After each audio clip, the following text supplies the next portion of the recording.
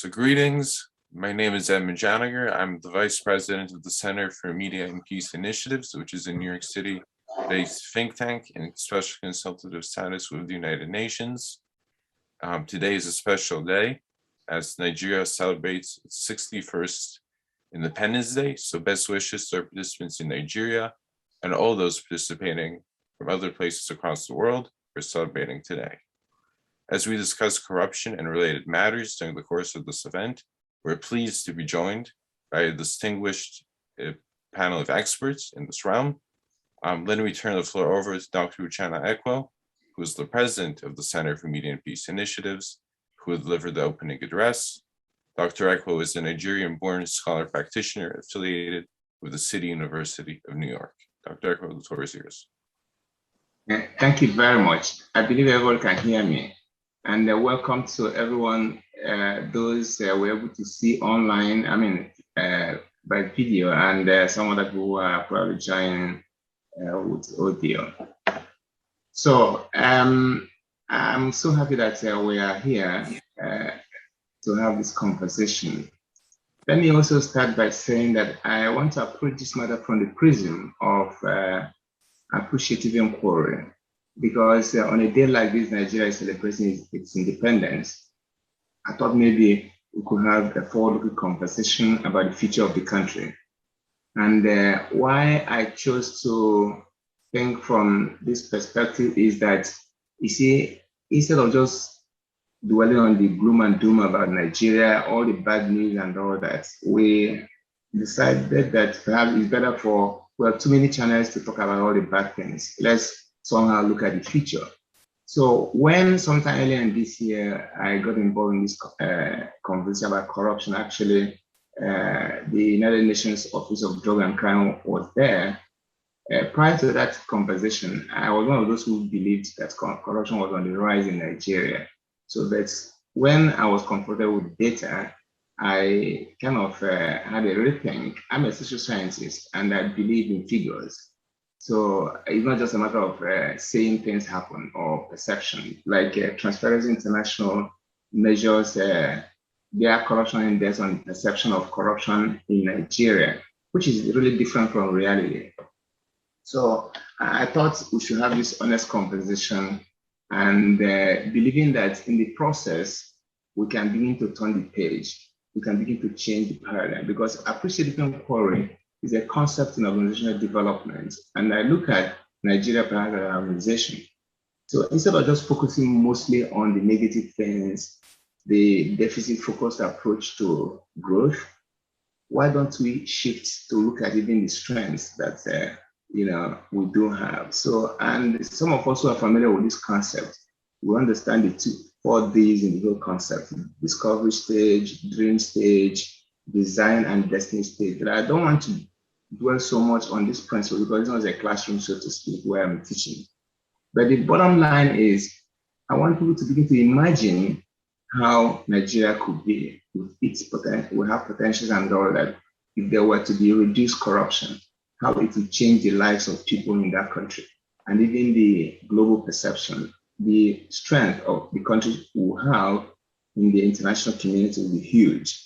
So that's why I want us to, now that we have been able to discover this particular trend that is not like as bad as we think it is, we can still have a way to work on that as the country grows as a nation and a strong member of the international community. So that's why I think it's important for us to discuss this. I also want to say that soon after that conversation about corruption that United Nations Office of Drug and Crime participated, I also actually learned a lot in terms of even the effort the Department of Justice in this country, has been doing to help Nigeria in its struggle against corruption. For example, some of the stolen funds from the former dictator Abacha, I never knew some of those details. And in fact, the DOJ helped them, insisted that this money has to be, put in infrastructure development in that country.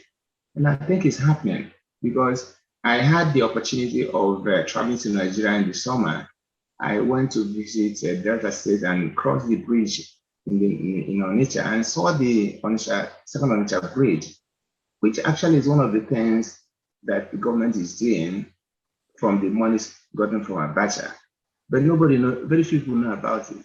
I think that I even had to call the press secretary to the president, Garba Shehu, to tell him that, look, you guys are not doing enough job to tell the story about Nigeria. That I was even suggesting to him that, how about putting a signboard in that place to say, oh, this bridge is being constructed by the money gotten from Abacha. Imagine how it will feel to people around that area. So those are some of the ideas I think we should be talking about. And that was why I was so happy to bring in Vin Martin Ilo, who is also the chief executive of Signature TV. I'm sure he will speak more on this concept about changing the paradigm of the way we view corruption and some of the stories that are running in the country. That wonderful stories he will share with us in terms of what they are doing, different from what we've been talking about. And as some of us may know, it looks like corruption is an elite disease in Nigeria and perhaps other parts of the world anyway. So, but most people in the villages, yeah, they may know that people are stealing money and all that, but they don't even know. So the organization tries to help to interpret what this means to the ordinary folks. Somebody stole $1 billion. So how can that, what does that mean to the lives of people in the villages? And trying to explain that in their own local languages. Some of them who are not able to read English or understand stuff. So I thought that's an important journalism assignment they are undertaking in that country. And that's why we'll be sharing these ideas with us. And of course, like I also mentioned, Dr. Stoppo also has done, his organization has done a lot of job, a lot of work, a lot of research about corruption, not just about the perception. They were able to talk to individuals, some Nigerians, on how they interact with public officials and the extent to which bribery occurs in the course of that interaction. Also, we'll be hearing from Lawrence Freeman. Lawrence Freeman has actually covered Nigeria for more than 30 years as a reporter. He knew all these former presidents, some of them dead and those alive. So he also shared some ideas. Actually, he was in Nigeria this year to have a study of the rail lines and how it's impacting Nigeria's development. And he came and also shared some report with me. Of course, Dr. Shetima is the director of Africa region of MacArthur Foundation. He's also joining us. And of course, some of you know that the organization has been so, instrumental and forward-looking in terms of the fight against corruption in Nigeria and other emerging countries. So with those few remarks, I'll welcome Dr. Stoppo, who actually will be leading us immediately after his presentation. And of course, we're going to have some Q&A before he leaves. Then we'll continue the conversation with other speakers. I saw Dr. Freeman, he has joined, and other people too. So as soon as he finishes his presentation, I would like us to have some questions for him before he leaves, because he has an urgent assignment that he has to take care of in an Independence Day in Nigeria. I thought he was going to have a holiday. So Dr. Stoppo, the floor is yours.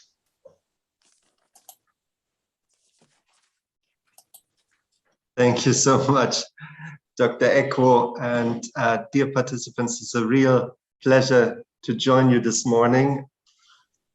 Well, for you on the other side of the ocean, it's the morning. For us, it's the afternoon here in Abuja.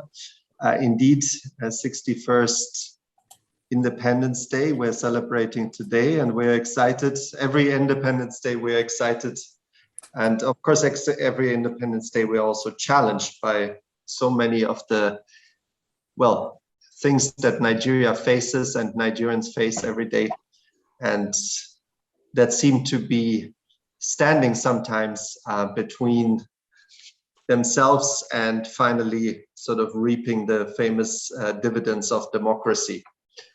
Now, we've been working with Nigeria, with Nigerian institutions, the Nigerian government, but also Nigerian NGOs and a lot of other international development partners, such as the MacArthur Foundation, by whom we are joined this morning, on essentially tackling the issue of corruption in the country. And in that context, we have also been doing a lot of very, I think, well-founded research, in particular large-scale public perception and public experience surveys. And I think the second part, the experience, is the important part, because that distinguishes the findings that we have been able to gather from the findings that, for example, a corruption perception index of TI is capturing. I think we need to be very realistic about perceptions as a proxy for reality. Should be very wary about that. In the so-called Western world, I think we have reducing crime rates essentially since the 60s. Nevertheless, the perception of crime, this perception of security is continuously deteriorating. That may have many, many different reasons, and I don't think it is important to go into them, and certainly there's no time to go into them now, but I think it is always very important to keep that in the back of our minds.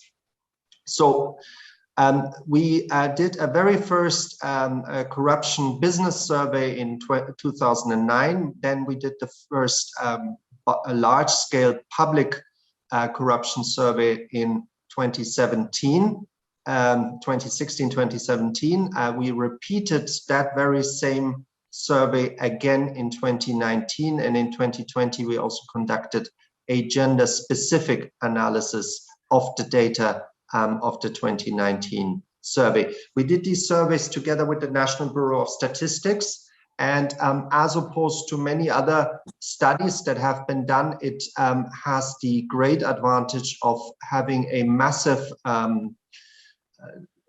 survey scope in terms of the number of respondents that were interviewed. We're talking about more than 30,000 across the country, which is also the reason why we are able to provide data state by state, which of course in much smaller samples would not be possible, where we could only give some generic national number. And of course, considering the size and complexity and diversity of the country, I think that's the only way to do this kind of research properly. Can we go to the next slide? I should also mention that all of these publications are accessible through our website. That's the UNODC Nigeria office website. So what did we find in 2016 and then in 2019 as concerns the prevalence of corruption as a whole? And when I say prevalence of corruption as a whole, I should be very specific. What we are measuring here is not the prevalence of corruption per se, but we're measuring the ratio of people, citizens, being in contact with public officers, and in the context of that specific contact with a public officer being requested for a bribe.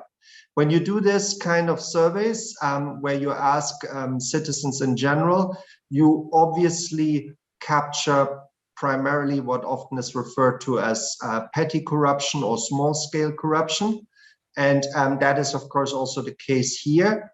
But as small-scale as maybe the individual bribes may be, in their collective, so to speak, economic significance, they are quite enormous. There is a total of 117 million bribes being paid annually in Nigeria, petty bribes, small bribes.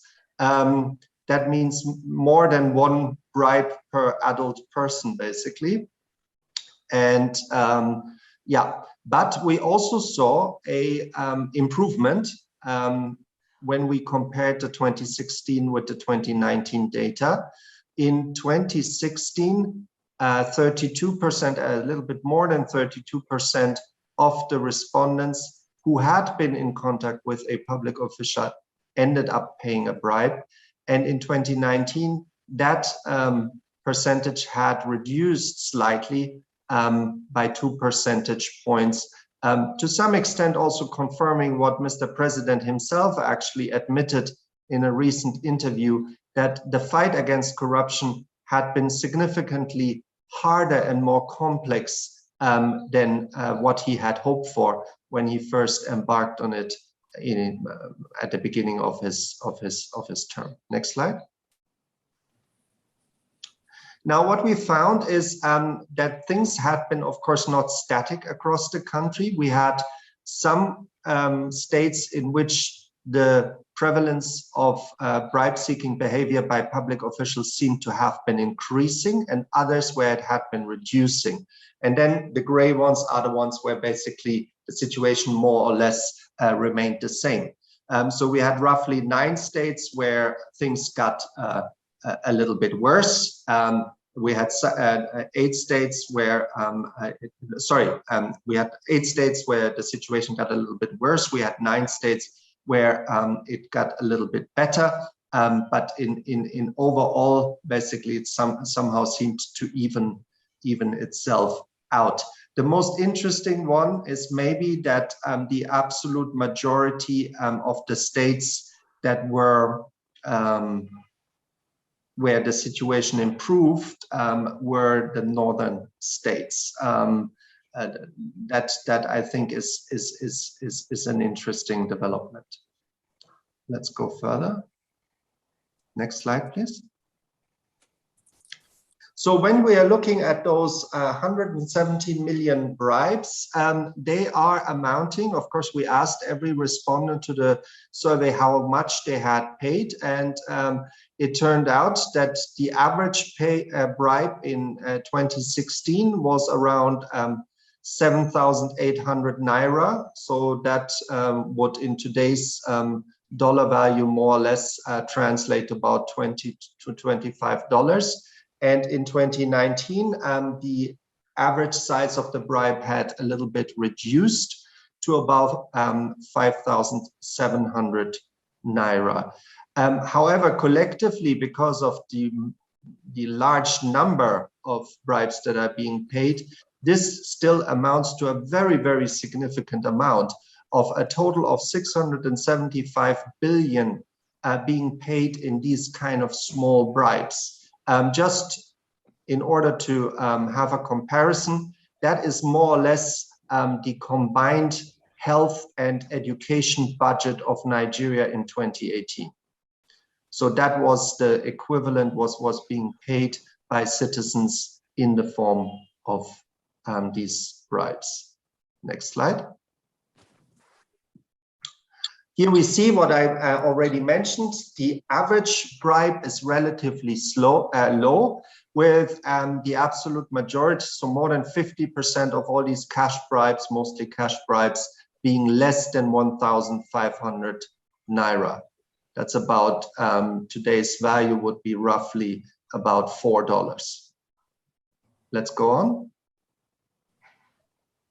Why do people pay bribes? There's no surprises here. I guess that is rather typical across the world wherever we do these kind of studies.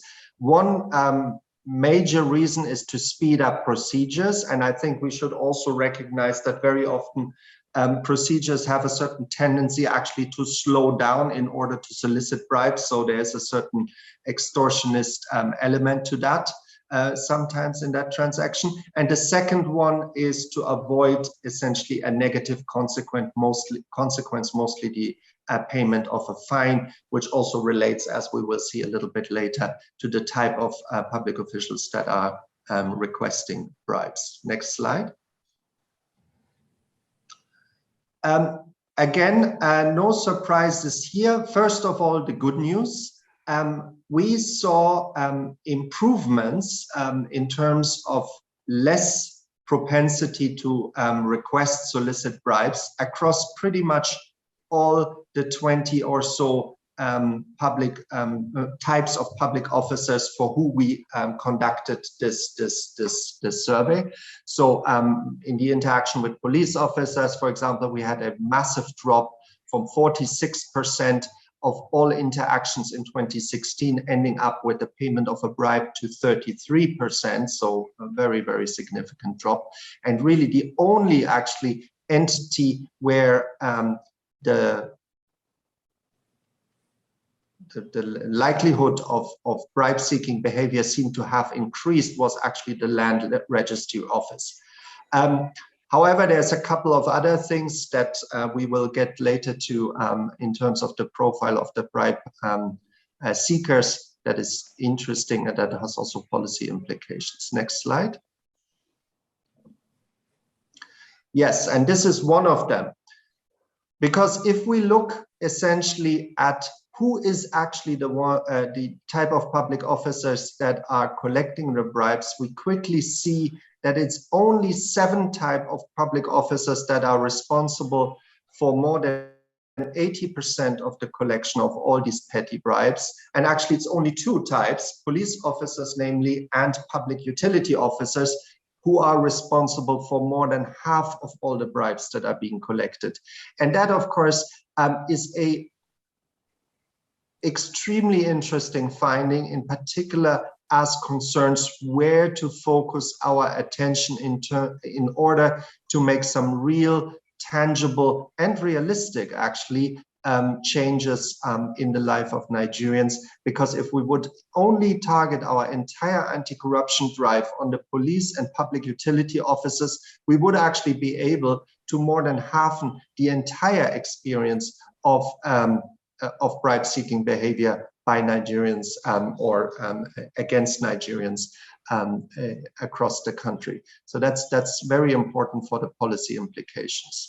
The same is true if we're looking at, for example, just those entities like the police, but also federal road safety and vehicle inspection officers who are typically basically on the streets and in a variety of roadblocks and controls are often collecting these bribes. If we would just focus on eliminating or even just halvening corruption on the roads, again, it would make a massive difference in the overall exposure of Nigerians to bribe-seeking behaviors by the public officers.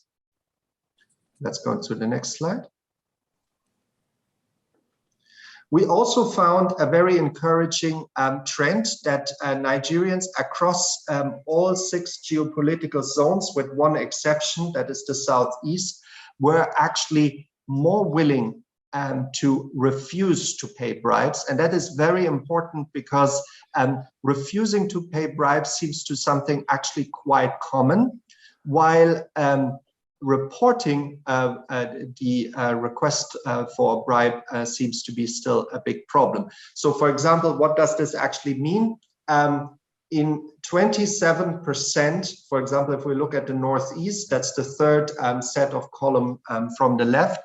If we look at that specific region, we had almost we had a doubling essentially of the readiness of people to refuse bribes. And basically here the question was, during the last 12 months, were you approached? Did you have a contact with a public officer? Yes or no? If the answer is yes, next question is, did you pay?